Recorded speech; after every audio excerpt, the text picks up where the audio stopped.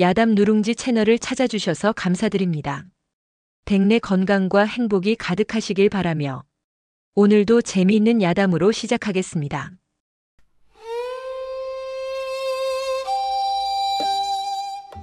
마침내 월영관의 거대한 대문이 육중한 소리를 내며 열렸습니다. 설화는 가마 안에서 마른 침을 삼켰습니다.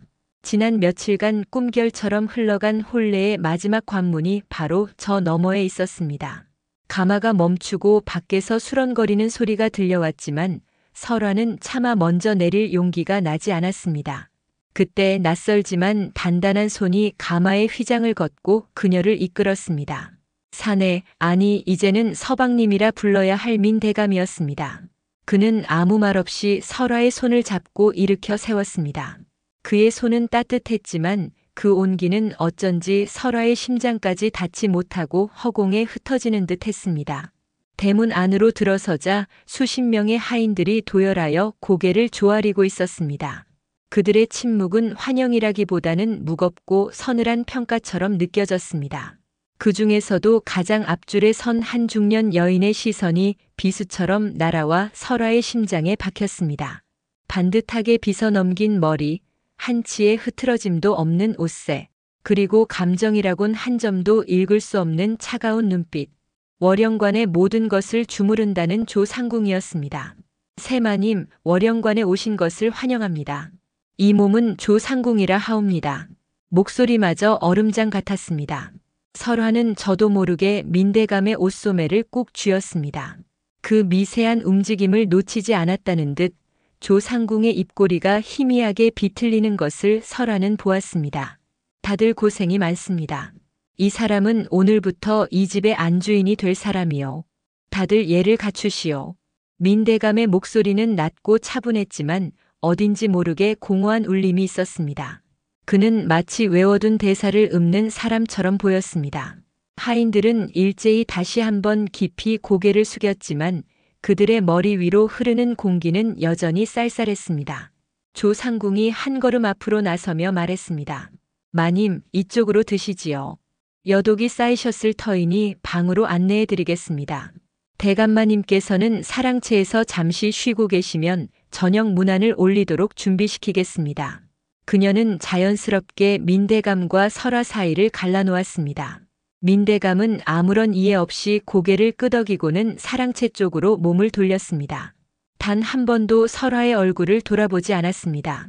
홀로 남겨진 설화는 거대한 저택 안에 던져진 작은 돌멩이가 된 기분이었습니다. 조상궁은 그런 설화의 마음을 꿰뚫어 보기라도 한 듯 나직이 말했습니다. 이곳 월영관은 모든 것이 제자리에 있어야만 조화로운 법입니다. 아주 작은 것 하나라도 흐트러지면 집 전체가 흔들리지요. 그것은 안내라기보다는 명백한 경고였습니다. 설화는 대답 대신 입술만 깨물었습니다. 조상궁을 따라 끝도 없이 이어진 듯한 회랑을 걷는 내내 설화는 기묘한 감각에 사로잡혔습니다. 모든 것이 낯설어야 마땅한데 이상하게도 낯설지가 않았습니다. 복도를 감도는 옅은 난초 향기, 창살에 비친 햇살의 무늬, 멀리서 들려오는 풍경 소리까지 마치 아주 오래전 꿈속에서 거닐었던 길을 다시 걷는 듯한 착각. 아, 착각이 아니었습니다. 이곳은 바로 내가 살았던 곳이었으니까요. 전생의 화영이 거닐고 웃고 그리고 마침내 울었던 바로 그 공간이었습니다. 마님의 처소에 다 왔습니다. 조상궁이 멈춰 선 곳은 가장 깊고 화려한 방 앞이었습니다. 방문을 열자 방 안을 가득 채운 물건들이 일제히 설화를 향해 아우성치는 듯 했습니다. 자개로 수놓은 경대, 한쪽 구석에 놓인 가야금, 심지어 벽에 걸린 족자 속 매화 그림까지 모두가 화영의 손길이 닿았던 물건들이었습니다. 설화의 심장이 쿵 하고 내려앉았습니다. 이 방은 원래 쓰시던 분이 계셨던가요? 설화는 떨리는 목소리로 겨우 물었습니다. 조상궁의 얼굴에 처음으로 옅은 미소가 떠올랐지만 그 미소는 햇살보다 서리에 가까웠습니다. 물론입니다. 이 월영관의 진정한 주인이셨던 돌아가신 큰마님께서 머무시던 방이지요. 대감마님께서 친히 명하셨습니다. 새 마님께서도 이 방을 쓰시는 것이 마땅하다고 말입니다. 큰 마님의 고결한 향기가 아직도 곳곳에 배어 있으니 새 마님께서도 그 기품을 본받으시면 더할 나위 없겠지요. 본받으라는 말에 담긴 날카로운 가시가 설아의 가슴을 후벼 팠습니다. 그녀는 전생에 자신을 본받으라는 잔인한 말을 듣고 있는 셈이었습니다. 조상궁은 설아의 창백해진 얼굴을 만족스럽게 훑어보며 말을 이었습니다. 방 안의 모든 물건은 큰마님께서 쓰시던 그대로입니다. 먼지 하나 앉지 않도록 매일같이 쓸고 닦았지요. 큰마님의 자취는 이 집 그 어디에도 없는 곳이 없답니다. 아마 마님께서도 곧 느끼시게 될 겁니다. 마치 아직도 이곳에 살아계신 것처럼 말이지요. 그 말과 함께 조상궁은 섬뜩할 정도로 환한 미소를 지어 보였습니다. 그녀의 눈은 설아를 보고 있었지만 그 시선 너머 아득한 과거의 누군가를 향하고 있었습니다. 설아는 깨달았습니다.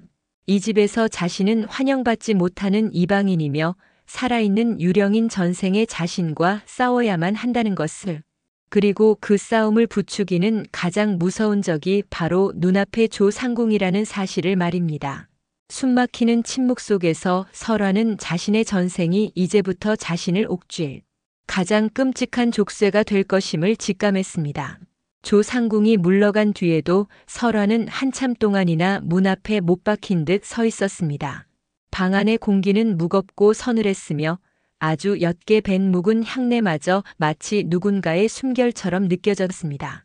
그녀는 천천히 방 안으로 발을 들였습니다. 삐걱하고 마룻바닥이 우는 소리가 유난히 크게 울렸습니다. 설아의 시선은 자연스럽게 창가에 놓인 서안으로 향했습니다.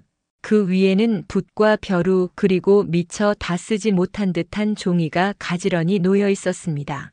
마치 주인이 잠시 자리를 비운 것처럼 말입니다. 설아는 홀린 듯 서안으로 다가가 종이를 들어 올렸습니다. 거기에는 단 한 줄의 시구가 쓰여 있었습니다. 달빛만 홀로 남아 빈 누각을 비추네. 익숙한 필체였습니다. 바로 화영, 아니 전생에 자신이 남긴 글씨였습니다. 그 순간 설아의 머릿속으로 잊고 있던 기억의 파편들이 폭풍처럼 휘몰아쳤습니다. 달빛 아래 가야금을 뜯으며 노래하던 밤, 그리고 그 노래를 애틋한 눈으로 바라보던 젊은 날의 민대감. 그러나 행복했던 기억의 끝은 언제나 칠흑 같은 절망으로 이어졌습니다. 그가 자신을 배신했던 그날의 기억이었습니다. 그만두게. 자네와의 인연은 여기까지인 듯하네. 차갑게 돌아섰던 그의 등이 떠올라 설아는 저도 모르게 신음을 흘리며 종이를 떨어뜨렸습니다. 바로 그때였습니다. 등 뒤에서 인기척이 느껴지며 나직한 목소리가 들려왔습니다. 방이 마음에 드시오? 화들짝 놀라 돌아보니 어느새 민대감이 문 앞에 서 있었습니다. 그는 사랑채에 머물지 않고 곧장 이곳으로 온 모양이었습니다. 설아는 황급히 고개를 숙이며 예를 갖추었습니다. 대감마님 어찌 이제는 서방님이라 부르는 것이 좋겠소. 부부 사이의 격식은 무의미한 것이니. 그렇게 말하는 그의 목소리는 다정했지만 눈빛은 설아가 아닌 다른 곳을 향해 있었습니다. 그의 시선은 설아의 어깨 너머 방 안의 풍경을 천천히 훑고 있었습니다. 마치 잃어버린 무언가를 찾는 사람처럼 그는 설아에게 다가오지 않고 창가로 걸어가 밖을 내다보았습니다. 그의 옆얼굴 위로 스며드는 저녁 노을이 깊은 슬픔의 그림자를 드리웠습니다. 이 방은 원래 쓰던 주인이 있었던 모양입니다. 아주 고귀한 분이셨던 것 같아요. 설아는 조심스럽게 말을 건넸습니다. 민대감은 한동안 말이 없다가 창밖을 본 채로 입을 열었습니다. 그렇소. 내겐 세상 그 무엇과도 바꿀 수 없는 사람이었지. 그 사람은 이 창가에 앉아달 보기를 즐겼소. 특히 보름달이 뜨는 밤이면 밤새도록 가야금을 타며 노래를 불렀지. 그 소리가 어찌나 맑고 청아하던지 온 세상의 시름이 다 잊히는 듯 했소. 그의 눈은 아련한 추억에 젖어 있었습니다. 그는 지금 눈앞의 아내를 보는 것이 아니었습니다. 그의 눈동자에는 오직 죽은 화영의 모습만이 가득했습니다. 설아의 심장이 차갑게 식어내렸습니다. 아, 이 사람은 나를 사랑해서 혼인한 것이 아니구나. 그저 죽은 여인의 그림자를 쫓아 나를 이곳에 데려온 것뿐이구나. 설아는 울음이 터져 나오려는 것을 간신히 참으며 물었습니다. 그분은 어떤 분이셨습니까? 그 질문에 민대감은 비로소 고개를 돌려 설화를 바라보았습니다. 하지만 그의 시선은 여전히 설화의 얼굴을 꿰뚫어 그 너머의 허상을 보고 있는 듯 했습니다. 총명하고 기품이 넘쳤지. 시와 음악에 능했고 무엇보다 누구보다 나를 온전히 이해해주던 유일한 사람이었소. 그는 다시 창밖으로 시선을 돌리며 나직이 덧붙였습니다. 하지만 내가 그 사람을 지켜주지 못했소. 내 어리석음 때문에 그 사람을 잃었지. 그 후로 이 월영관의 시간은 멈추어 버렸소. 그의 목소리에는 뼈에 사무치는 후회와 그리움이 짙게 배어 있었습니다. 설화는 깨달았습니다. 자신이 넘어야 할 산은 조상궁의 적이만이 아니라는 것을. 남편의 마음속에 거대한 성처럼 자리 잡고 있는 화영이라는 죽은 여자의 기억, 그것이야말로 자신이 결코 넘어설 수 없는 거대한 벽이자 족쇄임을 말입니다. 민대감은 마치 혼잣말처럼 중얼거렸습니다. 당신을 처음 보았을 때 나는 그 사람을 다시 만난 줄 알았소. 웃는 모습도 말하는 목소리도 너무나 닮아서. 그것은 설화에게 가장 잔인한 고백이었습니다. 당신이 아니라 당신에게서 보이는 그 여자의 그림자를 사랑한다는 말이었습니다. 설화는 더 이상 아무 말도 할 수 없었습니다. 그저 하얗게 질린 얼굴로 그를 바라볼 뿐이었습니다. 민대감은 그런 설화의 표정 변화를 알아채지 못한 채 서안 위에 놓인 가야금을 부드럽게 쓸었습니다. 이것도 그 사람이 아끼던 것이요. 당신도 악기를 다룰 줄 아오? 아니요. 저는 그런 고상한 재주는 없습니다. 설화는 차갑게 대답했습니다. 그녀는 전생에 그 누구보다 가야금을 잘 탔지만 이제 와서 그의 앞에서 화영의 그림자를 흉내내고 싶지는 않았습니다. 그녀의 쌀쌀맞은 대답에 민대감은 잠시 놀란 듯 했지만 이내 씁쓸한 미소를 지으며 고개를 끄덕였습니다. 그렇겠지, 내가 너무 많은 것을 바랐나 보오. 그 한마디가 설화와 민대감 사이에 깊고 서늘한 강을 만들어 놓았습니다. 그는 과거에 갇혀 있었고 그녀는 그 과거의 진실을 알고 있었습니다.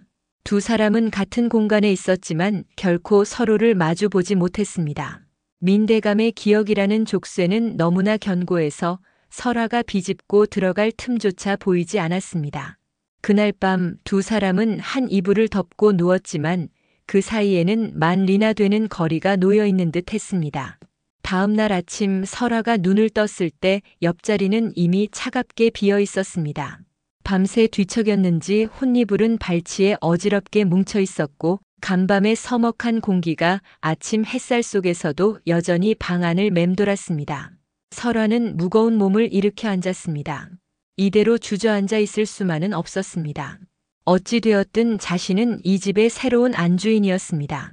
제 몫을 해내지 못한다면 자신을 이곳으로 데려온 민대감에게도 그리고 무엇보다 스스로에게도 떳떳하지 못할 터였습니다.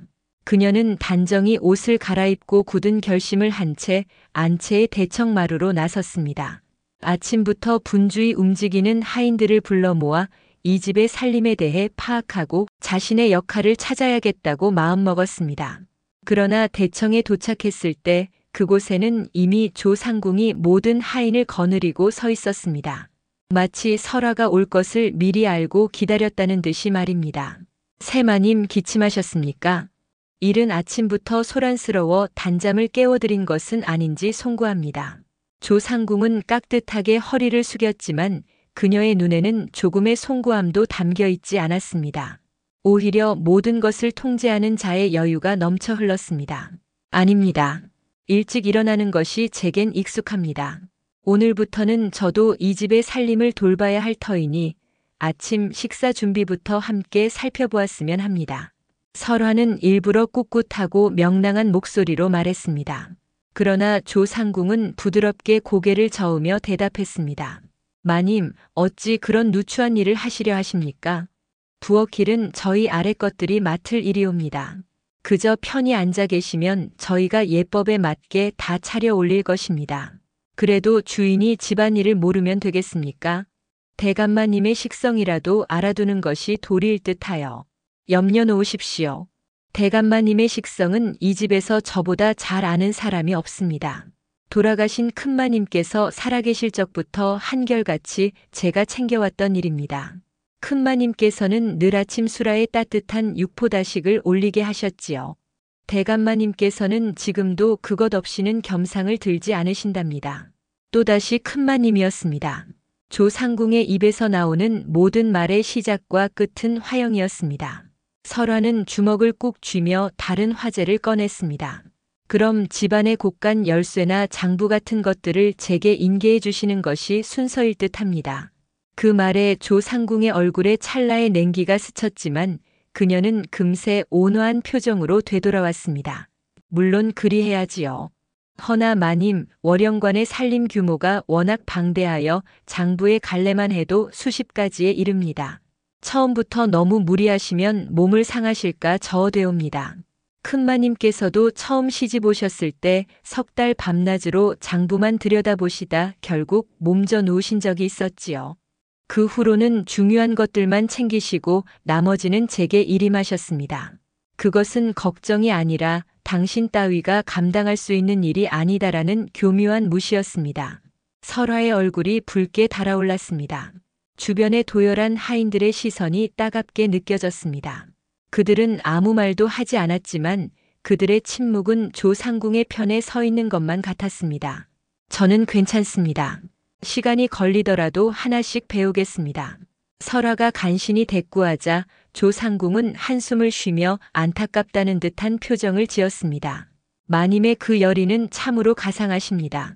허나 마님, 이 집의 안주인이란 그저 살림만 잘 꾸리는 자리가 아니옵니다. 무엇보다 이 집의 격을 지키는 것이 가장 중요한 소임이지요. 큰마님께서는 시 한 수, 그림 한 폭으로도 이 집의 품격을 드높이셨습니다. 마님께서도 장부 같은 사소한 일에 매달리시기보다는 먼저 큰마님의 높은 안목과 고결한 취향을 배우시는 것이 순서일 듯합니다. 조상궁은 말을 마치고 옆에 시립한 하녀에게 눈짓했습니다. 하녀가 재빨리 비단으로 싼 무언가를 들고 와 설화 앞에 내밀었습니다. 이것은 큰마님께서 직접 술을 놓으신 방석입니다. 한 땀 한 땀에 깃든 정성과 솜씨가 실로 하늘의 조화와 같사옵니다. 부디 이것을 보시며 큰마님의 높은 뜻을 헤아리시지요. 설화는 차마 그 방석을 받아들지 못했습니다. 그것은 선물이 아니라 결코 닿을 수 없는 완벽함의 증거이자 설화의 초라함을 비추는 거울이었습니다.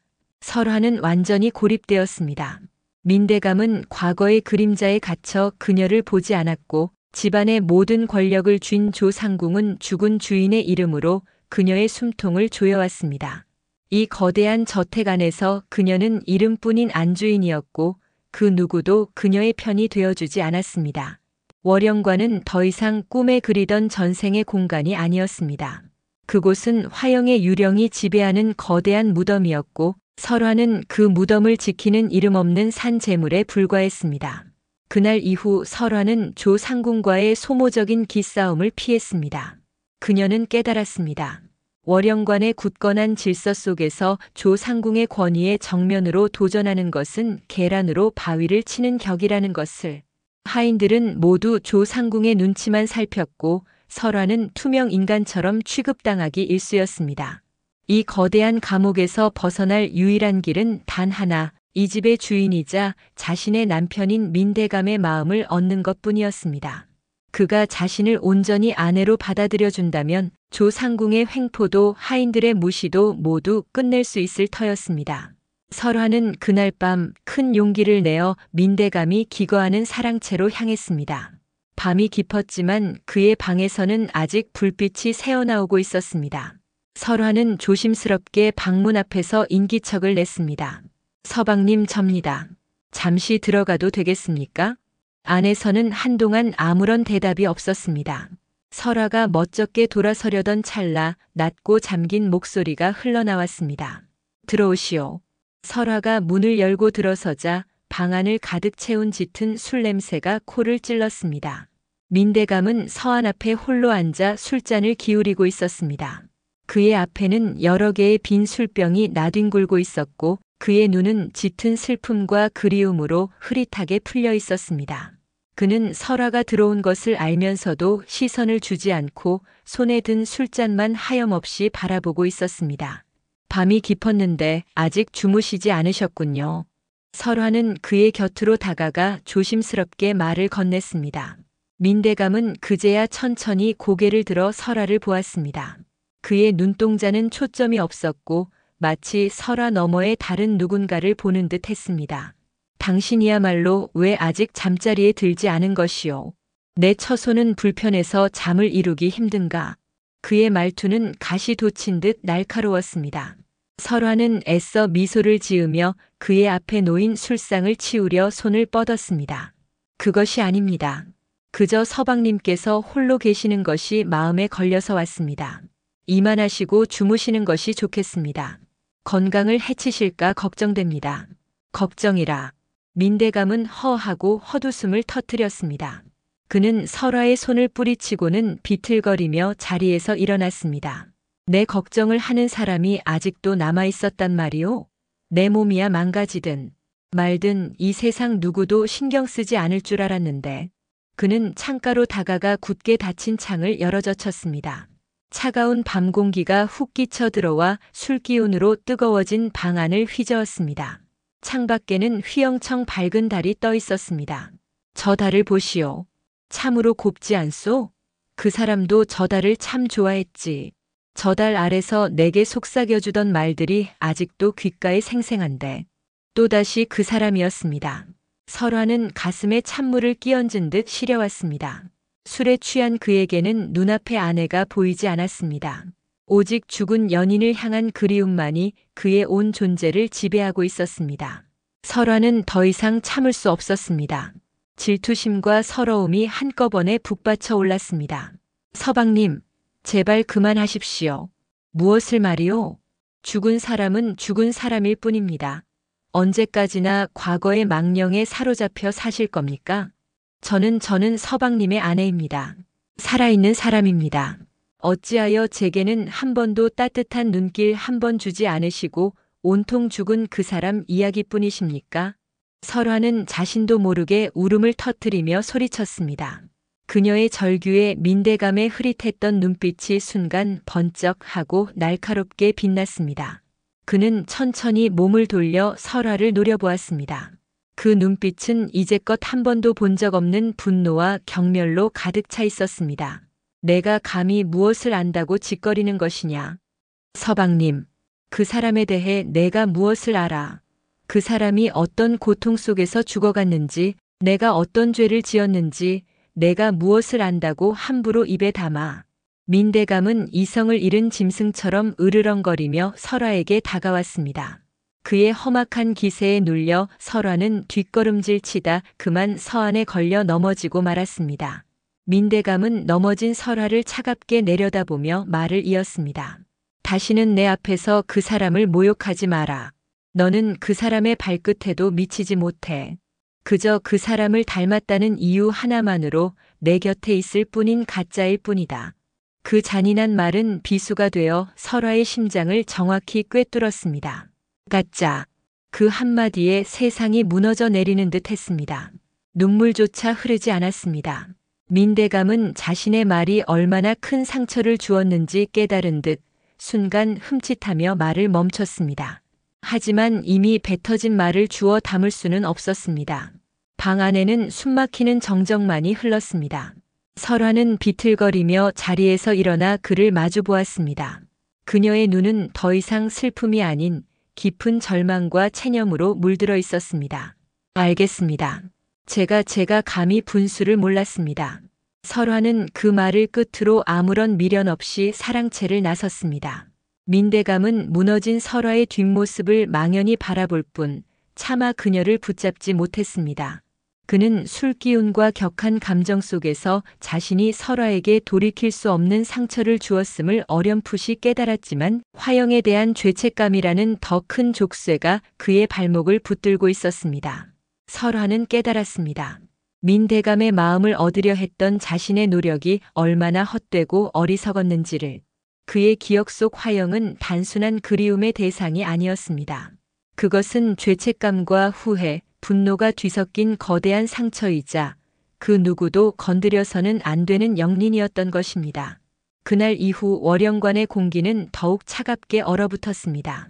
설화는 자신의 처소에 집거하며 두문불출했습니다. 문 밖으로 나서는 것이 두려웠습니다. 마주치는 모든 사람의 시선이 자신을 가짜라고 비웃는 것만 같았습니다. 민대감은 사랑채에 머물며 단 한 번도 그녀를 찾아오지 않았고 설화 또한 그를 찾을 용기를 완전히 잃어버렸습니다. 두 사람 사이에 놓인 강은 이제 건널 수 없을 만큼 깊고 넓어져 버렸습니다. 이러한 상황은 조상궁에게 더할 나위 없는 기회였습니다. 그녀는 이제 대놓고 설화를 무시하고 핍박하기 시작했습니다. 설화의 방으로 보내는 음식은 형편없이 식어 있거나 간이 맞지 않았고 시중을 드는 하녀들은 사사건건 그녀의 심기를 거스르며 불손하게 굴었습니다. 그 모든 것의 배후에 조상궁이 있다는 것을 모를 리 없었지만 설화는 아무런 대응도 할 수 없었습니다. 민대감의 지지 없이는 그녀는 허수아비 안주인에 불과했기 때문입니다. 그러던 어느 날 오후 조상궁이 예고도 없이 설화의 방으로 쳐들어왔습니다. 그녀의 손에는 화려한 비단 옷 한 벌이 들려 있었습니다. 마님, 며칠 뒤면 대감마님의 생신 연회가 열립니다. 그때 입으실 옷을 장만해 왔습니다. 조상궁은 옷을 설화의 앞에 펼쳐 보였습니다. 눈이 시리도록 희고 아름다운 명주 저고리의 쪽빛 치마였습니다. 그 옷을 보는 순간 설화의 심장이 쿵 하고 내려앉았습니다. 잊을 수 없는 옷이었습니다. 전생의 화영이 민대감과 마지막으로 만났던 그날 입었던 바로 그 옷이었습니다. 이 옷은 설화의 목소리가 가늘게 떨렸습니다. 조상궁은 만족스러운 미소를 지으며 말했습니다. 큰마님께서 가장 아끼시던 옷을 본떠 만들게 했습니다. 이 옷을 입으시면 큰마님의 고운 자태가 되살아나는 듯하여 대감마님께서도 분명 기뻐하실 겁니다. 아마 마님을 다시 보게 되실지도 모르지요. 그것은 유혹이었습니다. 이 옷을 입고 민대감의 마음을 돌려보라는 달콤하지만 치명적인 독이 든 속삭임이었습니다. 설화는 조상궁의 시커먼 속내를 꿰뚫어 보았습니다. 그녀는 이 옷을 통해 설화를 화영의 대체품으로 확실히 낙인 찍고 민대감 앞에서 그녀를 철저히 조롱거리로 만들 셈이었습니다. 싫습니다. 저는 이 옷을 입지 않겠습니다. 설화는 단호하게 거절했습니다. 그러자 조상궁의 온화했던 가면이 순식간에 벗겨져 내렸습니다. 그녀의 눈이 뱀처럼 번뜩였습니다. 어찌하여 거절하시는 겁니까? 대감마님을 기쁘게 해드릴 좋은 기회가 아닙니까? 혹 큰마님과 비교당하는 것이 두려우신 겁니까? 그런 것이 아닙니다. 저는 그저 제 옷을 입고 싶을 뿐입니다. 제 옷이라니요. 조상궁이 날카롭게 소리쳤습니다. 마님이 가진 것 중에 마님의 것이 있기나 합니까? 이 방도 이 자리에 앉아 있는 것도 심지어 마님이 누리는 모든 것들이 다 누구의 것입니까? 전부 큰마님의 것입니다. 마님은 그저 그분의 그림자를 흉내내는 것 말고는 아무런 가치도 없는 존재일 뿐입니다. 그녀의 아기에 찬 목소리가 설화의 가슴을 난도질했습니다. 그런데도 감히 큰마님의 것을 거부해? 내년이 뭔데? 근본도 없는 것이 운 좋게. 대감마님의 눈에 들어 이 자리를 꿰찼으면 주제를 알고 납작 엎드려도 모자랄 판에. 조상궁은 이성을 잃고 설화에게 달려들 기세였습니다. 그때였습니다. 지금 무얼 하는 겐가. 방문 밖에서 얼음장처럼 차가운 목소리가 들려왔습니다. 두 사람이 놀라 돌아보자 그곳에는 민대감이 굳은 얼굴로 서 있었습니다. 그는 어느새 와서 모든 것을 듣고 있었던 것입니다. 조상궁은 당황하여 황급히 표정을 바꾸고 고개를 숙였습니다. 대감마님, 소인이 잠시 분수를 넘었습니다. 새 마님께서 연회에 입으실 옷을 권해드리던 중이었습니다. 민대감은 조상궁을 싸늘하게 쳐다본 후 방 안으로 들어와 설화 앞에 놓인 옷을 집어들었습니다. 그 옷을 보는 순간 그의 얼굴이 흑빛으로 변했습니다. 그는 손을 부들부들 떨며 옷을 노려보았습니다. 그 옷은 그에게도 잊을 수 없는 고통의 기억을 불러일으키는 물건이었던 것입니다. 이 옷을 당장 내 눈앞에서 치워라. 그리고 다시는 이따위 짓을 하지 마라. 민대감은 조상궁에게 나직하지만 서슬퍼런 목소리로 명령했습니다.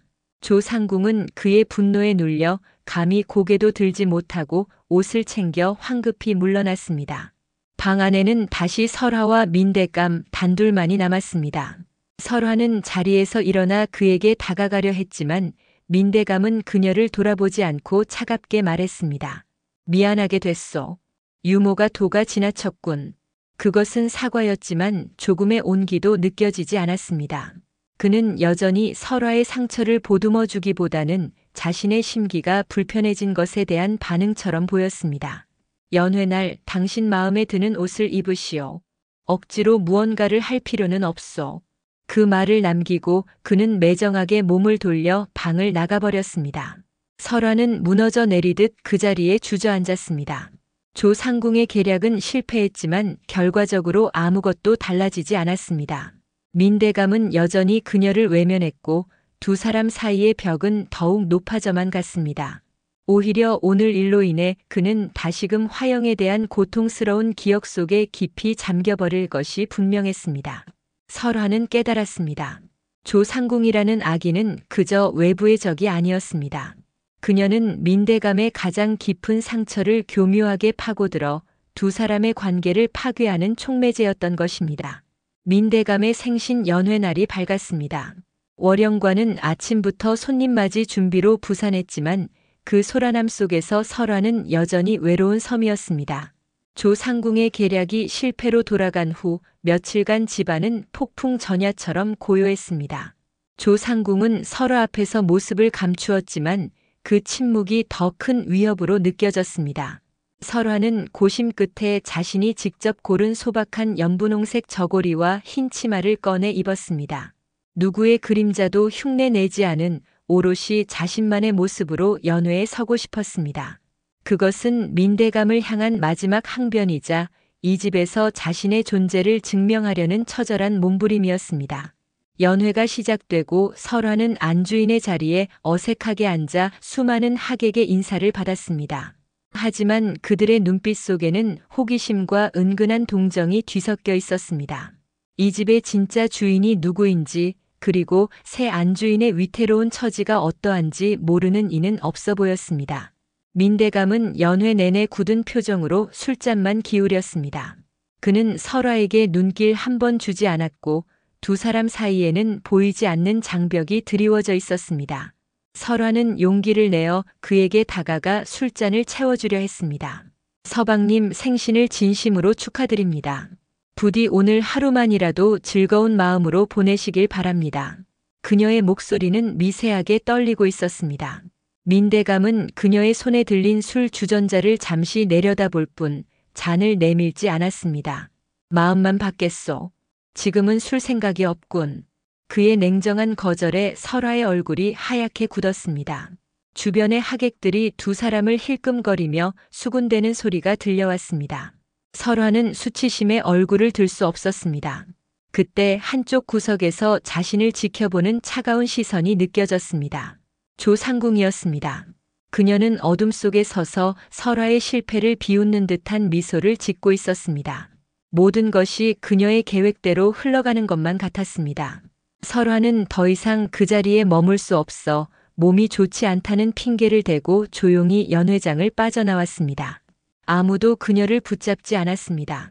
달빛만이 차갑게 쏟아지는 후원으로 걸어 나온 설화는 터져나오는 울음을 삼키며 정자 기둥에 몸을 기댔습니다. 그때였습니다. 역시 여기 계실 줄 알았습니다. 어둠 속에서 조상궁이 유령처럼 나타났습니다. 그녀의 목소리는 꿀처럼 달콤했지만 그 안에는 서늘한 도끼가 서려 있었습니다. 꼴이 말이 아니시군요. 하긴 대감마님께 그런 수모를 당하셨으니 무슨 용건입니까? 설화는 눈물을 감추며 쌀쌀맞게 대꾸했습니다. 조상궁은 그런 설화의 모습이 즐겁다는 듯 천천히 그녀의 주위를 맴돌며 말했습니다. 마님, 제가 재미있는 이야기를 하나 해드릴까요? 아주 먼 옛날 이 집에 살았던 어떤 어리석은 여인에 대한 이야기입니다. 그 여인은 대감마님의 사랑을 한 몸에 받았지만 그것만으로는 만족하지 못했지요. 더 큰 욕심을 부리다가 결국 제 꾀에 제가 넘어가 비참한 최후를 맞았습니다. 사람들은 그녀가 병으로 죽었다고 알고 있지만 진실은 다르답니다. 그녀는 대감마님께 버림받은 충격으로 스스로 목숨을 끊었지요. 바로 이 정자에서 말입니다. 조상궁의 목소리가 뱀의 혀처럼 설화의 귓가를 파고들었습니다. 설화는 온몸의 피가 차갑게 식는 것을 느꼈습니다. 조상궁은 화영의 죽음에 대한 진실, 전생에 자신이 겪었던 마지막 순간을 알고 있었습니다. 어떻게 그 사실을? 설화가 떨리는 목소리로 묻자 조상궁의 눈이 광기로 번뜩였습니다. 제가 모르는 것이 있을 것 같습니까? 저는 평생을 큰마님 곁에서 그림자처럼 지냈습니다. 그분의 기쁨도 슬픔도 그리고 마지막 순간의 절망까지도 모두 지켜보았지요. 그분은 제게 유언을 남기셨습니다. 만약 자신이 돌아오거든 자신을 배신했던 사내에게 반드시 복수해달라고 말입니다. 조상궁은 설화의 바로 앞까지 다가와 그녀의 턱을 거칠게 움켜쥐었습니다. 마님, 당신을 처음 본 순간부터 알아봤습니다. 당신 눈 속에 그분이 계시더군요. 당신이 바로 큰마님의 환생이라는 것을. 이제야 돌아오셨군요. 제 주인이시여. 왜 진작 말씀하지 않으셨습니까? 조상궁의 행동은 충성이 아니었습니다. 그것은 죽은 주인을 향한 뒤틀린 집착과 관계였습니다.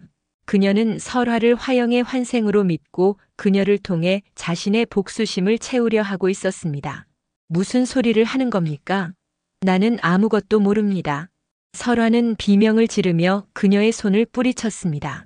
하지만 조상궁은 미친 사람처럼 웃으며 속삭였습니다. 모르셔도 괜찮습니다. 제가 다 기억하니까요. 제가 마님을 도와드리겠습니다. 저자에게 복수하고 이 월영관의 진정한 주인이 되시는 겁니다. 자, 어서 저 누각 위로 올라가시지요. 그리고 뛰어내리는 겁니다. 당신이 전생에 그랬던 것처럼. 그러면 저 위선적인 사내는 평생을 죄책감 속에서 고통받게 될 겁니다. 그것이 바로 당신이 원했던 복수가 아닙니까? 조상궁은 설화의 팔을 붙잡고 정자난간 쪽으로 거칠게 끌고 갔습니다. 설화는 필사적으로 저항했지만 광기에 사로잡힌 그녀의 힘을 당해낼 수 없었습니다. 난간 너머는 칠흑 같은 어둠이었습니다. 뛰어내리면 모든 고통이 끝날지도 모른다는 유혹이 악마의 속삭임처럼 설화의 마음을 흔들었습니다. 바로 그 순간 등 뒤에서 모든 것을 부술 듯한 노호성이 터져나왔습니다. 멈추거라. 민대감이었습니다. 그는 설화를 찾아 나섰다가 이 끔찍한 광경을 목격한 것이었습니다. 그는 번개처럼 달려와 조상궁을 밀쳐내고 설화를 자신의 품으로 끌어안았습니다. 민대감의 품에 안긴 설화는 가쁜 숨을 몰아쉬었습니다. 그의 심장 소리가 단단한 갑옷처럼 그녀의 등을 울렸습니다. 그것은 그녀가 이 집에서 처음으로 느껴보는 온전한 보호와 안도감이었습니다. 땅바닥에 나뒹그러진 조상궁은 헝클어진 머리를 한 채 믿을 수 없다는 듯 두 사람을 노려보았습니다. 그녀의 눈에는 배신감과 증오, 그리고 꺼져가는 광기가 뒤섞여 있었습니다. 민대감은 설화를 자신의 등 뒤로 숨기며 조상궁을 향해 얼음보다 차가운 목소리로 말했습니다. 내년이 감히 누구에게 손을 대는 것이냐. 대감마님 어찌 저를 큰마님의 복수를 돕고 있었을 뿐입니다. 저 계집은 큰마님의 환생입니다. 저 사내에게 복수하셔야 합니다, 마님. 조상궁은 설화를 향해 절규하듯 외쳤습니다. 그 순간 민대감의 입에서 누구도 예상치 못한 말이 터져나왔습니다. 닥쳐라. 복수라니 무슨 복수를 말하는 것이냐. 그 사람은 화영이는 나를 사랑한 적이 없다. 그의 충격적인 고백에 설화도 조상궁도 숨을 멈췄습니다. 민대감은 고통스러운 표정으로 말을 이었습니다. 내가 사랑했던 화영은 내 머릿속에만 존재하는 허상이었을 뿐이다. 현실의 그녀는 나를 사랑하지 않았어. 그녀는 다른 사내를 마음에 품고 있었고 그 사실을 내게 들키자 스스로 목숨을 끊었다. 나는 그녀의 사랑을 얻지 못했다는 절망감과 그녀를 죽음으로 내몰았다는 죄책감 때문에 진실을 외면하고 내 멋대로 아름다운 추억을 만들어냈던 것이다. 그는 평생을 짓누르던 기억의 족쇄를 스스로 부수고 있었습니다. 그는 조상궁이 아닌 설화를 바라보며 말했습니다. 당신을 처음 보았을 때 나는 내 허상 속의 화영을 보았소. 그래서 당신을 데려와 그 허상을 완성하려 했지. 당신이라는 사람을 보지 않고 오직 과거의 그림자만을 쫓았소. 내가 어리석었고 당신에게 씻을 수 없는 상처를 주었소. 미안하오. 진심으로 미안하오. 그의 눈에서 뜨거운 눈물이 흘러내렸습니다. 그제야 설화도 울음을 터뜨렸습니다. 그것은 서러움의 눈물이 아닌 구원의 눈물이었습니다. 설화는 떨리는 목소리로 자신의 비밀을 고백했습니다. 서방님, 제가 바로 화영입니다. 민대감의 눈이 커졌습니다. 설화는 눈물을 흘리며 말을 이었습니다. 전생에 저는 어리석었습니다. 서방님의 진정한 사랑을 깨닫지 못하고 헛된 욕심에 눈이 멀어 스스로를 파멸로 이끌었습니다. 하지만 다시 태어나 서방님을 다시 만난 순간 저는 깨달았습니다. 제가 진정으로 원했던 것은 오직 서방님의 사랑뿐이었다는 것을요. 그러나 과거의 잘못이 두려워 진실을 말할 수 없었습니다. 두 사람은 비로소 모든 비밀과 오해의 벽을 허물고 서로를 마주보았습니다. 과거의 화영도 그녀의 그림자도 아닌 현재의 설화와 민대감으로서 온전히 서로를 바라보았습니다. 그 순간 절망에 빠진 조상궁이 미친 듯이 웃기 시작했습니다. 거짓말이야, 거짓말. 내 주인이 그럴 리 없어. 너희들이 내 주인을 더럽혔어. 전부 다 불태워버릴 테다. 조상궁은 비틀거리며 일어나더니 어디론가 달려갔습니다. 불길한 예감에 민대감과 설화가 그녀를 뒤쫓았지만 그녀는 이미 월영관의 곳곳에 불을 지르고 있었습니다. 화마는 순식간에 거대한 저택을 집어삼키기 시작했습니다. 조상궁은 불타는 안채의 대청마루 위에 서서 광기 어린 웃음을 터뜨리며 화염 속으로 사라졌습니다. 그녀는 자신의 주인이었던 화영의 모든 흔적과 함께 스스로를 죄로 만들기를 선택한 것이었습니다. 설화, 이리 오시오. 민대감은 설화의 손을 굳게 잡고 불길을 헤치며 달렸습니다. 과거의 모든 기억과 상처, 족쇄와 악인이 타오르는 불길 속에서 두 사람은 오직 서로에게 의지한 채 밖으로 나아갔습니다. 마침내 월영관의 대문 밖으로 빠져나왔을 때 거대한 저택은 하늘을 찌를 듯한 화염에 휩싸여 무너져 내리고 있었습니다. 화려했던 과거의 모든 것이 한 줌의 재로 변하는 순간이었습니다.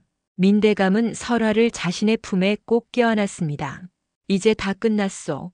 과거는 모두 저 불길 속에 타버렸소. 서방님, 이제 우리에겐 오직 현재와 미래만이 있을 뿐이요. 당신과 나 둘만의 시간을 새로 시작하는 것이요. 설화는 그의 품에 안겨 조용히 고개를 끄덕였습니다. 불타는 월영관을 등지고 선 두 사람의 얼굴 위로 새벽의 여명이 밝아오고 있었습니다. 모든 것을 잃었지만 두 사람은 비로소 진정한 사랑과 서로를 얻었습니다. 전생의 인연이라는 굴레를 끊고 기억이라는 족쇄를 부수고 악인의 광기를 이겨낸 두 사람의 사랑은 잿더미 위에서 다시 피어날 새로운 삶의 약속처럼 찬란하게 빛나고 있었습니다. 오늘 이야기 재미있으셨나요? 마음에 드셨다면 좋아요 눌러주시고 구독도 부탁드려요. 다음 이야기 꼭 보러 오세요.